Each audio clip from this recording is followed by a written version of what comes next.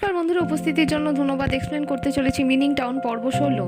শুরুতে এখানে প্রথমে দেখানো হতে থাকে মেয় এবং শিক্ষক বেই দুজনের সাথে কথা বলছে। এখানে তার বাবা শিক্ষক বেইকে বলছে যে সে ভেবেছিল এখানে সমস্ত মিশনটা শেষ হয়ে যাওয়ার পর তার বাবার কাছে গিয়ে তাকে সারপ্রাইজ দেবে। শিক্ষক বেই উত্তরে বলতে থাকে মেয়েকে সে ভেবেছিল হয়তো চুপি চুপি এসে তার মেয়ে চলেও যাবে, তার সাথে দেখা না করবে। বলতে থাকে এটা তাদের ঘাড়ে মিশনের মতো পড়েছে, আর প্রত্যেকটা জায়গায় গিয়ে তাদের স্পিচ দিতে হবে। শেষ স্পিচ দেওয়ার আছে তার ইউকিওনিয়াং এ। এটা কমপ্লিট হয়ে যাওয়ার পরই সে তার বাবার সাথে দেখা করবে এটা ভেবেছিল। শিক্ষক বেই মেয়েকে বলতে থাকে সে যদি আরো কিছুদিন আগে বলতো তাহলে তার বাবা আরো কিছুদিন খুশি থাকতো। বেশি এখানে যে মেয়ে আর হসপিটালাইজেশন হয়েছিল, বড় একটা দুর্ঘটনা ঘটে গেছিল, সেই বিষয়েও কিছু জানায়নি। ওখানে তার বাবা শিক্ষক বেইকে বলে যে সে তাকে নিয়ে ভীষণভাবে চিন্তা করে জানে, কিন্তু সেখানে দুর্ঘটনা ঘটার পরও সেখানে যারা লিডার ছিল খুব ভালোভাবে দেখভাল করেছে। তার সে যতদিন হসপিটালে ছিল একদম সুস্থ করে নিয়ে ফিরে এসেছে, আর এখন সে একদম সুস্থ আছে। তো কাজ ছিল এবং এই ইন্টারভিউর জন্য প্রস্তুতির জন্য সে তার বাবাকে কল করতে পারেনি। এদিকে দৃশ্যে এখানে আবার দেখানো হতে থাকে যে ডিফু এসেছে আমার সাথে দেখা করতে, আর তাকে দেখে বলছে সে আগে থেকে অনেক বড় এবং সুন্দর হয়ে গেছে। নতুন আলোকে তার নতুন এই সাকসেস এবং অ্যাচিভমেন্টে তাকে আরো সুন্দর লাগছে। এখানে বলতে থাকে মেমেওকে যে ফু এখানে মেমেওর আসার খবরটা জানার পরের ব্যবস্থা করে এখানে শিক্ষক বেইকে পৌঁছানোর জন্য এসেছে।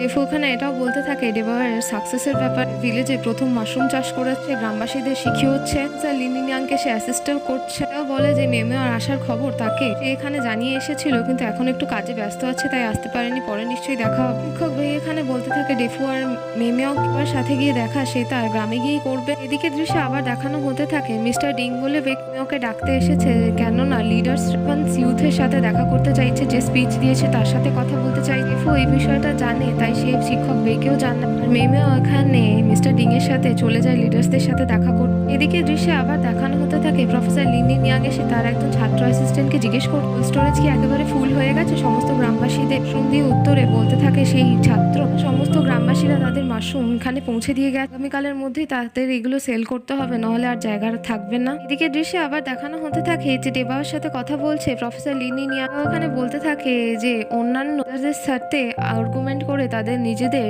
স্টেশন সেট আপ ভালো কাজই হয়েছে, কারণ মনে হয় না পরের বার আর তারা যদি আসেও তাহলে তাদের একেবারে পয়সার অপচয় হবে। এদিকে দৃশ্যে আবার দেখানো হতে থাকে যে ডেফু প্রফেসর এবং ডেবাওয়ার সামনে এসে হাসতে দেখে জিজ্ঞেস করছে প্রফেসরকে যে কি হয়েছে। উত্তরে প্রফেসর বলতে থাকে এই শিষ্য অর্থাৎ ডেবা ট্রেডার্সরা এসেছিল তাদের বিরক্ত করার জন্য সেট আপ স্টেশনে গিয়ে এসে চ্যালেঞ্জ করেছে গ্রামবাসীরা এখন তাদের মাশরুম তাদের কোল্ড স্টোরেজেই রেখেছে, তারা ভালোভাবে বিক্রি করে ভালো দাম উপার্জন করতে পারে। এদিকে এখানে আবার দেখানো হতে থাকে যে ডেফু মেমেও যে ফিরে এসেছে সেই কথা জানাতে থাকে ডেবাওকে। এখানে বলতে থাকে ফুজিয়ানে নিংশিয়ার ওয়ার্কার্সদের সে এখন রিপ্রেজেন্টেটিভ, ভালো কাজের জন্য সে এখন তাদের কর্মীদের মুখ নিংশিয়ার বিভিন্ন প্রদেশে গিয়ে সে এখন স্পিচ দিচ্ছে, সেই বিষয়ের থেকে অনেক ভালো বড় জিনিস অ্যাচিভ করেছে। সে গুইওয়ানে আছে, এখানে আবার ফিরে আসবে, আর ফিরে এলে ডেবাও যেন একটু ভালোভাবে তার সামনে ড্রেস আপ হয়ে যায়, যে মাশরুমের বিষয়ে কাজ করছে, সেগুলো নিয়ে কাল্টিভেট করছে, পড়াশোনা করছে, এই বিষয়ে যেন তাকে দেখায় এবং জানায়। ওখানে সম্মতি জানায় ডেফুকে। এইদিকে দৃশ্যে আবার দেখানো হতে জেবাও এসেছে শিক্ষক বেইয়ের কাছে কিছু গ্রসারি দিতে। শিক্ষক বেই তাকে দেখে বলতে থাকে যে সে আবার এত জিনিসপত্র কেন এনেছে, তার জন্য বলতে থাকে যে মেমেও ফিরে এসেছে, এই কথাটা সে শুনেছে। শিক্ষক বেই আর মেমেও রান্না করে খেতে পারবে তার জন্যই এনেছে। ওখানে জানতে চায় শিক্ষক বেইয়ের থেকে যে মেমেও আবার কখন ফিরে আসছে। শিক্ষক বেই উত্তরে বলতে থাকে সে তাকে সময় বলে যায়, কিন্তু সেখানে আশা করছে হয়তো দুপুরের মধ্যে সে চলে আসবে। আসলে তাদের এখানে মিশনে শেষে ইকুয়ানিং এর স্পিচ আছে, তারপর সে চলে আসবে। এদিকে দৃশ্যে আবার দেখানো হতে থাকে যে প্রফেসরের ছাত্র অ্যাসিস্ট্যান্ট হুয়াং এসেছে মাশরুম বিক্রি করে টাকা নিয়ে প্রফেসর লিনিয়াং এর কাছে, তার থেকে জানতে চায় সমস্ত কাজ ভালোভাবে হয়ে গেছে। উত্তরে হুয়াং জানায় হ্যাঁ হয়ে গেছে, তো যেরকম লিনিয়াং কথা দিয়েছিল গ্রামবাসী তারা বিক্রি করবে পার কিলো 4 ইউয়ানে, সেরকম হয়। তো এখানে বড় মার্কেটের বিক্রেতারা এদের থেকে কিনেছে 3.46 পার কিলো ইউয়ানে মাশরুম, এখানে 0.54 ইউয়ান দিয়ে আছে গ্রামবাসীদের। হুয়াং এখানে প্রফেসর লিনিয়াংকে বলতে থাকে তাদের মতবাসীদের এই বিষয়ে সত্যিটা জানিয়ে দেওয়া উচিত, যে ঠক ট্রেডার্সরা এসেছিল তাদের থেকে অ্যামাউন্ট তো ভালো হয়ে বাসীরা এখানে একদম লসে যাচ্ছে না। প্রফেসর বলতে থাকে সে কথা দিয়েছে এবং কথা থেকে সে সরে যেতে পারে। এখানে সে সিদ্ধান্ত নিয়েছে নিজের পকেট থেকে বাকি গ্রামবাসীদের পে করবে। হুয়াং বলতে থাকে এটা একটা খুব বড় অ্যামাউন্ট। প্রফেসর এখানে তার থেকে কথা নেয় যে এটা সিক্রেট রাখবে, কাউকে কিছু বলবে না। প্রফেসর লিনিয়াং এখানে হুয়াংকে বলতে থাকে গ্রামবাসীদের তাদের উপর থেকে ভরসা উঠে যাবে এবং ভবিষ্যতে আর কোনোভাবে উদ্যমী হবে না যদি সত্যিটা জানতে পারে। তাদের এই টেকনিশিয়ান টিমও তো ভালোভাবে কাজ করছে, অন্য প্রদেশে গিয়ে সেখানে সেট আপ করছে, গ্রামবাসীদের সঠিক দাম বলে সেগুলো তো নিচ্ছে মাশরুমগুলো, এবং তার জন্যই আজকে স্টোরেজ ফুল আছে। এবং জিজ্ঞেস করতে থাকে প্রফেসরের থেকে যে ভবিষ্যতে কি হবে। তো এখানে প্রফেসর বলতে থাকে যে গ্রামবাসীদের তারা ফসলে উপভোগ করা শেখাবে, ভালো দাম হবে ভবিষ্যতে। সাথে এটাও সে জানে এবং তাদের প্রোডাক্ট এখানে খুবই প্রিমিয়াম। এদিকে দৃশ্যে আবার দেখানো হতে থাকে যে প্রফেসর নিজের পয়সা দিয়ে এই দরে মাশরুম বিক্রি হয়েছে সেই সমস্তটা দিয়ে বাসীদের বড় বড় অ্যামাউন্টে টাকা দেয়। বাসীরা এখানে সকলে ভীষণভাবে খুশি হয়ে যায়। শেষে এখানে ছাত্র অ্যাসিস্ট্যান্ট হুয়াং প্রফেসর লিনিনিয়াংকে বলে প্রফেসরের তার ওয়াইফের সাথে কথা বলার ছিল, সে তার সাথে গিয়ে যেন ফোনে একবার কথা বলে নেয়। প্রফেসরও মনে করে বলে হ্যাঁ তার কথা বলার ছিল, সে যাচ্ছে। এদিকে দৃশ্যে আবার দেখানো হতে থাকে প্রফেসর লিনিনিয়াং তার ওয়াইফের সাথে কথা বলছে, ফোন থেকে 30,000 ইউয়ান চাইছে হিসেবে, আর বলছে যে রিসার্চের জন্য সরকারের তরফ থেকে যেই ফান্ড দেওয়া হতে অ্যাপ্রুভ হতে একটু সময় লাগবে। দিন শেষে তার মাস মাইনে পেয়ে গেলে সে মেকআপ করে দেওয়ার প্রতিজ্ঞা করছে, এটাই তার ওয়াইফের থেকে সে শেষ সময় চাই। এদিকে দৃশ্যে আবার দেখানো হতে থাকে হুয়াং এর কাছে এসে প্রফেসর লিনিনিয়াং জিজ্ঞেস করছে যে কি হয়েছে হিসাব। তোর এখানে হুয়াং বলতে থাকছে যে তারা আগামীকাল অ্যাকাউন্ট সেটেল করবে। তো সে হিসাব করে দেখলো যে 18,000 ইউয়ান এখনো শর্ট পড়ছে। এদিকে আবার দেখানো হতে থাকে যে প্রফেসর তার নিজের ব্যাগ থেকে ওয়াইফ যে তাকে 30,000 ইউয়ান পাঠিয়েছিল সেটা হুয়াংকে দিয়ে বল এবারও অ্যাড করে নিতে বিষয়ের। ছাত্র হুয়াং এখানে চিন্তিত হয়ে প্রফেসরকে বলতে থাকে স্যার এভাবে কতদিন চলবে, তো স্যার নিজে নিঃস্ব হয়ে যাবে। প্রফেসর বলতে থাকে যতদিন সম্ভব সে এভাবেই চালাবে। স্যার এখানে তার ছাত্র হুয়াংকে জিজ্ঞেস করতে থাকে এয়ার ট্রান্সপোর্টের সাথে কথা বলেছে মাশরুম এখানে প্লেনের মধ্যে দিয়ে পাঠানোর জন্য। বলে হ্যাঁ সে বলেছে, কিন্তু এখানেও তারা কম করছেন, প্রতি কিলোগ্রাম তারা 3.51 ইউয়ানে নিতে চাইছে। এবং এখানে এটাও বলতে থাকে যে মাল সরবরাহ বিভাগের ম্যানেজারের সাথে এসে দেখা করতে চেয়েছে, হায়ার লেভেল অথরিটি হওয়ার জন্য সে তার সাথে দেখা করতে পারে। এটাও জানিয়ে দেয় যে ডেলিভারি লোকেরাও বলেছে যে এরপর থেকে দাম বাড়িয়ে দেবে। এখানে যে তাদের পেট্রোল বা গ্যাসোলিন ব্যবহার হয় তার প্রাইসও বেড়ে যাচ্ছে। স্যার এখানে চিন্তিত হয়ে তার ছাত্র হুয়াং অ্যাসিস্ট্যান্টকে বলতে থাকে কিছু যখন দাম বাড়ছে তাহলে মাশরুমের দাম কেন বাড়বে না। এদিকে দৃশ্যে আবার দেখানো হতে থাকে যে ডেবাও প্রফেসর লিনিনিয়াং এয়ারপোর্টের দিকে যাচ্ছে লিডারদের সাথে বার্গেন করতে, যাতে এর মধ্যে দিয়ে মাশরুম ট্রান্সপোর্টের বিষয়টা একটু কম চার্জ করে। মাঝপথে তাদের সাথে ডেফুর দেখা হয়ে যায়। এখানে তাদের যাওয়ার কথা প্রশ্ন করলে প্রফেসর তাকে এই বিষয়ে জানতে ডেফু বলতে থাকে যে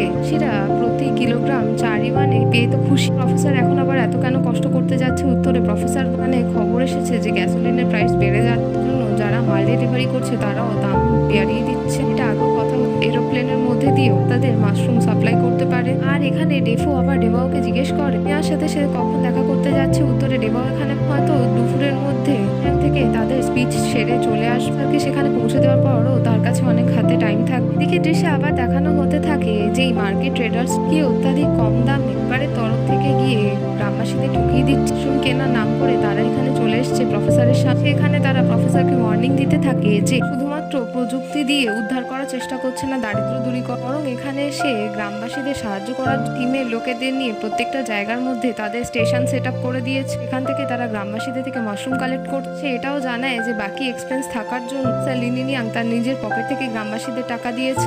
আর ডেবাও কথাটা জানতো না, এই কথাটা শুনে চমকে যায়। স্যার এখানে আবার বলতে তার প্রফেসরের মতো বোকা লোক এত তারা দেখেন, নিজে লস করে অন্যের লাভ করানোর চেষ্টা করছে। এবারে তারা মৌখিকভাবে ওয়ার্নিং দিয়ে গেল এবার থেকে যদি প্রফেসর তার টিমরা মিলে এখানে মার্কেটে ব্যবসা করা থেকে আটকাদের এখানে লাভের মুখ না দেখতে দেয় তাহলে পরের বার তাদের মুষ্টির সাথে পরিচয় হবে প্রফেসরের। পরে এদিকে আবার দেখানো হতে থাকে যে হুট করে সকলের মধ্যে দুতরফেই মারামারি শুরু হয়েছে, দুতরফেই এখানে খারাপভাবে আহত হয়। এদিকে দৃশ্যে আবার এখানে দেখানো হতে থাকে যে শিক্ষক বেইয়ের ক্লাসরুম বাইরে এসে মেয়েও তার বাবা যে পড়াচ্ছে সমস্ত স্টুডেন্টদের সেটা দেখ। শিক্ষক বেই তার মেয়েকে দেখা মাত্র বলতে থাকে আর কিছুক্ষণ অপেক্ষা করতে, তারপর সে তার মেয়ের সাথে কথা বলছে। এদিকে দৃশ্যে আবার দেখানো হতে থাকে ডেফু, ডেবা এবং প্রফেসর লিনিনিয়াং মারপিটের পর আহত হওয়ার পর খারাপ ভাড়া এখানে শুশ্রূষার জন্য হসপিটালে যাচ্ছে। এদিকে দৃশ্যে আবার দেখানো হতে থাকে যে মেয়েও দেখা করতে এসেছে বাবা শিক্ষক বেইয়ের সাথে তাদের ঘরে। বেই জিজ্ঞেস করছে এতদিন বাদে তার নিজের ঘরে এসে কেমন লাগছে। উত্তরে মেয়েও বলে কিছুই পাল্টায়নি এই জায়গাটায়, তার খুব ভালো লাগছে দেখে। এতদিন পর প্রায় 2 বছরে সে তার বাড়িকে এবং তার জায়গাকে খুব মিস করেছে। শিক্ষক বেই এখানে আবার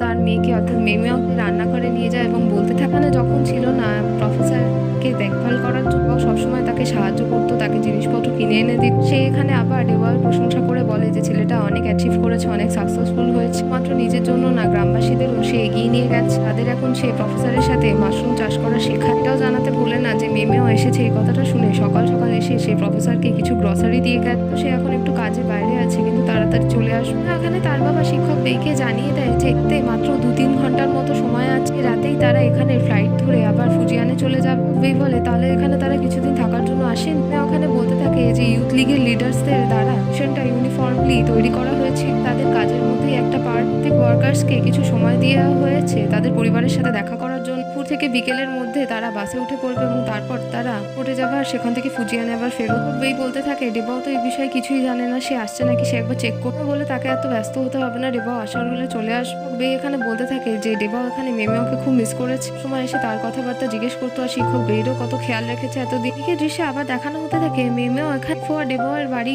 যাওয়ার দিকে থাকলে এক্ষুনি পথে এখানে ডেউ এবং তার স্ত্রীলিংয়ের সাথে দেখা হয়ে যায়। এখানে জিজ্ঞেস করে যে সে কখন এসেছে আর কখন যাবেও জানায় যে তারা বিজনেস ট্রিপের জন্য এসেছে আর আজ রাতে এয়ারপোর্টে দিন ধরে আবার ফিজিয়ানে ফিরে যাবে। মানে ডেউর ছেলে সুইওয়াং বিষয়ে সুইওয়াং এর মা কুইলিং জিজ্ঞেস করে ওকে যে সে কেমন আছে। এখানে বলতে থাকে যে সুইওয়াং খুব ভালো আছে ফিজিয়ানের মধ্যে, সেখানে সে মোল্ড অর্থাৎ ছাদ ওয়ার্কার, প্রায় সে সেখানে 1000 ইউয়ানের মতো কামায়। শুনে ডেউ এবং তার স্ত্রী কুইলিং অবাক হয়েছে। সে ডেউ এখানে তার স্ত্রীকে বলতে থাকে খুব ভালো মতো জানতো তার ছেলে ফোনে তাদের মিথ্যে কথা বলে। মেমিওকে বলে যে তার ছেলে জানিয়েছিল কিছু সেভারাল 100 ইউয়ানের মতো সে কামায়। এটাও বলে যে সে জানে সে ভবিষ্যতে তার বিয়ের জন্য টাকা বাঁচাচ্ছে। মেমিও কথাটা শুনে বলে সে হয়তো বেফাস কথা বলে ফেলেছে। ডেউ আর কুইলিং হেসে বলে না, সে এরকম কিছুই করেনি। ডেউ এটাও বলতে থাকে যে জানো এখানে সুইওয়াংকে জানিয়ে বাবা মা এখানে তাদের উপর থাকা লোন ঠিকই শোধ করে দেবে, তাদের ছেলের উপর এখন চাপিয়ে রাখছে না লোনের ভার। এদিকে দৃশ্যে আবার দেখানো হতে থাকে মেমিও ডেফু আর ডেবাওয়ের বাড়িতে যায়, কিন্তু সেখানে কাউকে না থাকতে শেড দেখে সেখানে সে ঢুকে পড়ে এবং দেখতে থাকে ছোটবেলার বন্ধু ডেবাও কত সুন্দর মাশরুম কাল্টিভেট করেছে সেখানে। এদিকে দৃশ্যে আবার দেখানো হতে থাকে যে ডেবাও এখানে প্রফেসর লিনি নিয়াং ফুকে হসপিটালে ছেড়ে দিয়ে বলতে থাকে যে সে তাড়াতাড়ি যাচ্ছে, তার একটু তাড়া আছে। বলতে থাকে তারও তো চোট লেগেছে, সে একটু নিজের মরম ভর্তি করিয়ে নিচ্ছে না কেন। বলতে থাকে তার তাড়া আছে, সে খুব ভালো মতো জানে মেমিওর সাথে দেখা করতে হবে, তাই সে চলে যাচ্ছে। এদিকে দৃশ্যে আবার দেখানো হতে থাকে যে মেমিও আর ডেফুকে না পেয়ে ঘর থেকে বেরোতে যেতে থাকলে তখনই সেখানে ডেউ চলে আসে। সেখানে ডেবাওয়ার প্রশংসা করে বলতে থাকে যে ছেলেটা অনেক ভালো কাজ করেছে। ফুজিয়ানে চলে যাওয়ার কথা ছিল কাজের জন্য, কিন্তু এখানে সে যে প্রথমে ব্যবসা দাঁড় করিয়েছে, অনুকরণ করেছে পেছনে সকল গ্রামবাসী, এখন সে গ্রামবাসীদেরও শেখায় ভালোভাবে। এখানে আসলে সে এসেছে কিছু ডিম দেওয়ার জন্য মেমেওকে, এটা চাইবে যাতে সুইওয়াংকে মেমেও এগুলো ডেলিভার করে দেয়। বলতে থাকে যে ফুজিয়ানে ডিম পাওয়া যায়, এর সাথে দেখা করে সে আগেও অনেকবার কিছু মিলস খেয়েছে। তোর এখানে ডেউ বলতে থাকে আর এগুলো তো বাড়ির জিনিস, এখানে তার বাড়ির হাতের মায়ের রান্না কোনোভাবেই নিশ্চয়ই পায় না। এটাও বলতে থাকে মেমেও যেন জানিয়ে দেয় সুইওয়াংকে তার বাবা মা তার উপর কোনোভাবেই রেগে নেই। বাবা মাকে হয়তো সুইওয়াং এখানে মিস না করতে পারে, কিন্তু তার বাবা মা প্রতিনিয়ত তার ছেলেকে মিস করে। এই ডিমগুলো দেখে সেগুলো খাওয়ার পর সুইওয়াং এর এখানে হোমসিক ফিল হবে না। সমস্ত কথাগুলো বলে আবেগপ্রবণ হয়ে ডেউ বাড়ি যেতে থাকলে মেমেও তাকে জানে নিশ্চিন্ত থাকতে সে সুইওয়াংকে এই জিনিসপত্রগুলো নিশ্চয়ই ডেলিভার করে দেবে। দিকে দৃশ্যে আবার দেখানো হতে থাকে যে মেমেও তার বাড়িতে ফিরে এসেছে এবং শিক্ষক বেই জিজ্ঞেস করে ডেবাওয়ার সাথে দেখা হয়েছে কিনা। মেমেও জানে না, তার সাথে দেখা হয়নি, সে ঘরে নেই। ডেউর দেওয়া ডিমের প্যাকেটটা সে টেবিলের উপর রাখলে জিজ্ঞেস করে শিক্ষক বেই এর মানে কি, এত ডিমগুলো তাকে কে দিয়ে। তোর এখানে মেমেও বলতে থাকে যে আঙ্কেল ডেউ তার ছেলে সুইওয়াং এর জন্য দিয়েছে, মেমেও যেন এটা ডেলিভার করে দেয়। সুইওয়াংকে এইগুলো খাওয়ার পর সুইওয়াং এর বাড়ির কথা মনে পড়বে আর সে তার মা বাবাকে মিস করবেন। শিক্ষক বেই প্রথমে এখানে বিরক্ত হয়ে বলতে থাকে ডেউ সত্যি খুব বিরক্তি, তার মেয়ের ঘাড়ে একটা আবার দায়িত্ব চাপিয়ে দিল, সে কিছুক্ষণের জন্য এসে পড়ি সে আবার নিজে কিছু কিনে রাখপত্র খাবার দাবার যা মেমেওর খুব পছন্দ, এগুলো দিয়ে মেমেওকে বলতে থাকে এগুলো যেন সে যাওয়ার সময় নিয়ে যায়। জিনিসপত্রগুলো একটু বেশি, কিন্তু এগুলো গ্রহণ করলে তার ফুজিয়ানে তার বাবার কথা তার জায়গার কথা কম মনে পড়বে। বলতে থাকে জিনিসপত্র অনেক বেশি, হয়তো গাড়িতে তাকে উঠতে দেবে না এত জিনিস নিয়ে। বেই বলতে থাকে একটু ম্যানেজ তার মেয়ে ঠিকই করে নিতে পারবে, অসুবিধা হবে না। মেয়েও এখানে খুশিও খেয়ে রাজি হয়ে যায়। দিকে দৃশ্যে এখানে আবার দেখানো হতে থাকে যে প্রফেসর লিনি নিয়ে হসপিটালের বিছানার মধ্যে শুয়ে আছে এবং ডাক্তার তাকে চেক করে নিয়ে বলতে এখানে তার একটা বুকের পাঁজরের ফ্র্যাকচার হয়েছে। সে কনফার্ম বলতে পারছে না, কিন্তু এক্সরের পর সে পুরো রিপোর্ট জানিয়ে দেবে। তা সেখান থেকে চলে যাওয়ার পর বলতে থাকে প্রফেসর লিনি নিয়াং ডেফুকে ছোটবেলায় আরো মারামারিতে অনেক ভালো ছিল, একটু বয়স হয়ে যাওয়ার জন্য অনেক দিন বাদে সে আবার এত মারামারি করে। ডেফু চিন্তিত হয়ে প্রফেসর লিনি নিয়াংকে জিজ্ঞেস করছে আজকে তাকে একটা সত্যি কথা বলতেই হবে যে গ্রামবাসীদের জন্য যা দাম নির্ধারণ হয়েছিল সেই হিসেবে নিশ্চয়ই বিক্রি হয়নি, তাই কি টাকাটা যেমন বিক্রেতারা বলল সেটা নিশ্চয়ই প্রফেসর তার নিজের পকেট থেকে দিয়েছে। স্যার এখানে সত্যি কথা বলে দেয় ডেফুকে আর বলতে থাকে হ্যাঁ এটা একদম সত্যি, তার কিছু করার ছিল না। মানে গ্রামবাসীদের এত গরিবদের এত কষ্ট করে উদ্যমী মানসিকতা নষ্ট করতে চাইনি, তাদের সকলের কঠোর পরিশ্রম এবং আমার আর ভবিষ্যৎও দাঁড়িয়ে আছে। বড় মার্কেটের সাথে তাদের যে এগ্রিমেন্ট হয়েছিল প্রতি কিলো মাশরুম এখানে 4 ইউয়ান করে বিক্রি করা হোক, প্রাইসটা তারা সেখানে কমিয়ে দেয়। স্যারের মাথায় এটাও ছিল না যে বাকি ব্যবসায়ীদের অন্যান্য এক্সপেন্সও থাকে, এবার কস্ট মাল সরবরাহ করা, এগুলোকে মার্কেটিং এর জন্য নিয়ে যাওয়া যাবতীয়। ওখানে কষ্ট পেয়ে বলতে থাকে যে প্রফেসরের অন্তত ডেফুকে এই বিষয়টা আগে জানানো উচিত ছিল, সমস্ত বোঝাটা তার নিজের ঘাড়ে নিয়ে এভাবে চলতে পারে না। স্যার এখানে ডেফুকে বলতে থাকে তার কথা একটু বেশি ধনাত্মক চিন্তাধারার মধ্যে দিয়ে ছেলেও ভেবেছিল হয়তো হয়ে যাবে, এটাও ভেবেছিল হয়তো অন্য পথও সে বের করে নিতে পারবে। তো এখানে প্রত্যেকটা জিনিসের প্রাইস বেড়ে যাওয়ার জন্য মাশরুমের প্রাইস পড়ে যাওয়ার জন্য স্থিতি তাদের হাতের বাইরে যেতে থাকে। এখানে তারা তো গ্রামবাসীদের বিট্রে কোনোভাবে করতে পারতো না, কারণ এখানে তাদের দায়িত্ব, তাদের উচ্চাকাঙ্ক্ষা প্রফেসরের ঘাড়েই ছিল। স্যার ডেফোকে এখানে আবার বলতে থাকে সম্ভব সত্যি লুকানোর চেষ্টা করেছে। এটাও সত্যি কথা যে প্রফেসরের হাতে আর একদম টাকা নেই। সমস্ত কথাগুলো শুনে ডেফুর ভীষণ খারাপ লাগা, সে স্তম্ভিত হয়ে যায়। এদিকে দৃশ্যে আবার দেখানো হতে থাকে যে ডেবাও চলে এসেছে শিক্ষক বেইয়ের ঘরকে। এখানে এসে জিজ্ঞেস করে যে মিমিও এসেছিল কিনা, তার কথা বলেছে কিনা। শিক্ষক বেই বলতে থাকে মিমিও এখানে এসেও ছিল, ডেবাওর কথা বলেছে আর সে তার সাথে দেখা করার জন্য তাদের বাড়ি গিয়েছিল, কিন্তু ডেফু আর ডেবাও কেউ বাড়ি না থাকার জন্য সে আবার শিক্ষক বেইয়ের কাছে চলে এসে কথাটা জানে। শিক্ষক বেই বলতে থাকে ফুজিয়ান থেকে যত সমস্ত ওয়ার্কার মেয়েসহ তারা এখন ইউনিয়ন স্টেশনে যাবে, ওখান থেকে ফ্লাইট ধরে রাতে তারা আবার ফুজিয়ানের দিকে রওনা হবে। কথাগুলো শোনার পরই ডেবাও আবার হন্তদন্ত করে বাইকে উঠে পড়ে। এই দৃশ্যে আবার দেখানো হতে থাকে মেয়ের সাথে থাকা ক্যাম্পেনের হেড ডিং মেমাকে বলছে যে ডেবাও হয়তো এখন আসবে না, তাদের গাড়িতে উঠে পড়ো। গাড়িতে উঠতে গেলেই তখনই ডেবাও তার নাম ধরে ডাকতে ডাকতে চলে আসে। ওকে এখানে দেখার পরই মেমেও বলতে থাকে তার এরকম অবস্থা কি করে হয়েছে। বলতে থাকে এটা কোনো বড় ধরনের ব্যাপার না, ছোটখাটো একটা ফাইট হয়ে গিয়েছে। মেমেওকে এটাও বলতে থাকে তাদের গ্রামে প্রথম এখানে বা মাশরুম ফলিয়েছে এবং এটা শুরু করেছে সারা গ্রামে, আর এখন সফলভাবে কাজগুলো করছে।